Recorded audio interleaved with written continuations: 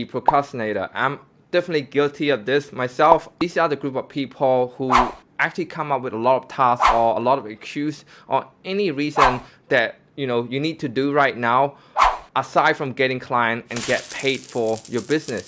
So for example is learning high level, learning workflow, setting up website, all those unnecessary stuff aside from making that phone call and send out email and having more conversation with your potential prospects and your potential client. So the true message to that group of people, guys, is that you need to accept this, that you do not need to know GoHighLevel that much to onboard a client, to sell someone into GoHighLevel. You really don't need to know GoHighLevel that much.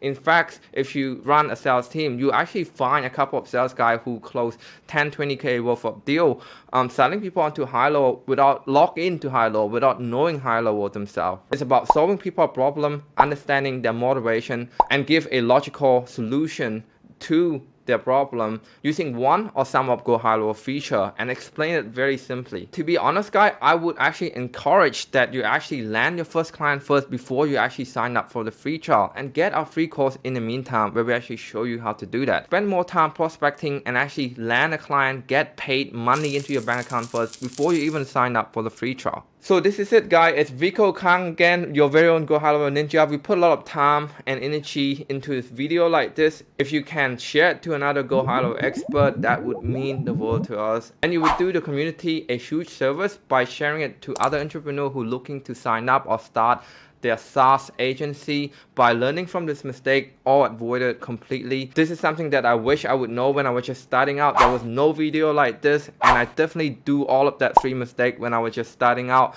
So hopefully you can learn from this and just avoid it altogether. And this is it. I'll see you on the next one.